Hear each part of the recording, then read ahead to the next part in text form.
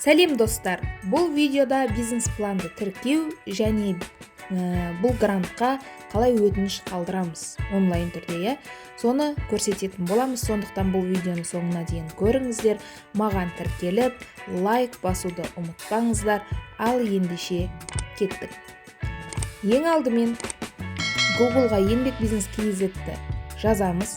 Өз логин паролімізді жазу арқылы өзіміздің кабинетімізге кіретін боламыз. Мой кабинет немесе менің кабинетім батырмасын басу арқылы кіреміз.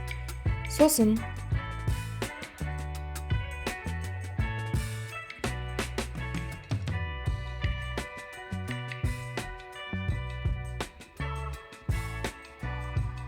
мұнда проверка статуса грант дегеннің астында тұр екінші.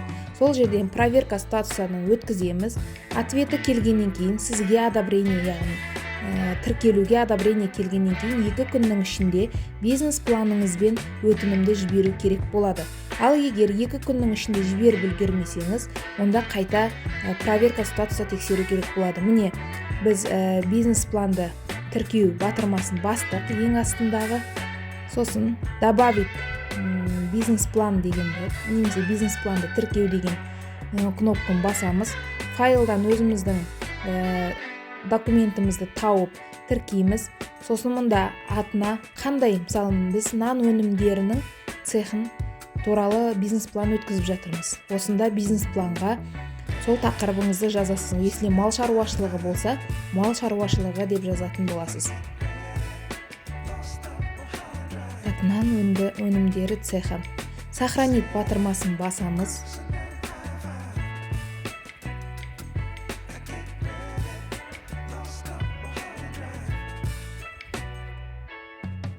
Міне, қарап тұрғандарыңыздай, міне сақталды, тіркелді. Енді қайтадан проверка статусаға өтеміз. Ең астында міне көріп тұрсыздар ма, бизнес план тіркелді. Енді подать заявку деген тұр екінші.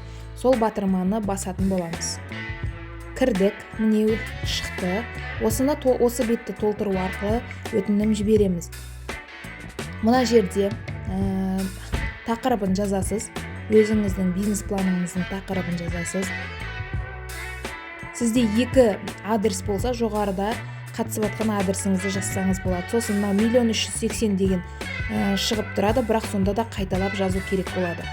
Сосын мұнда цели получение гранта дегенге өзіңізге сәйкес келетін қатарды таңдайсыз. Сосын 10 деп тұрған жерде жұмысшылар саны болады. Сіз неше жұмысшы аласыз, соны саласыз. Егер өзіңіз ғана жалғыз болсаңыз, өзіңізді ғана белгілейсіз. Сосын 2 астында птичка қою арқылы подать заявку дегенді басып, RSA ключпен, яғни ЭЦП кілтіңіздің RSA-сымен белгілеп подпись қоясыз, яғни пароліңізді жазасыз.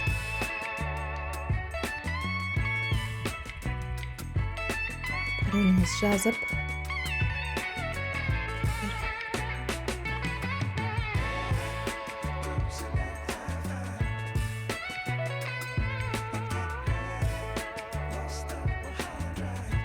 міне жібердік.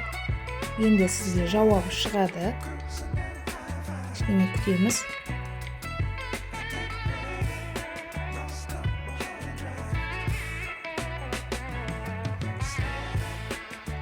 Міне, нан өнімдер цехы заявка қабылданды. Енді сізге приглашение на заседание комиссии. Енді сізге телефон номеріңізге сообщение келеді, қай күні, қай уақытқа шақырғаны жайлы. Көргендеріңізге рахмет. Маған тіркеліп лайк басуды ұмытпаңыздар. Сау саламатта болыңыздар.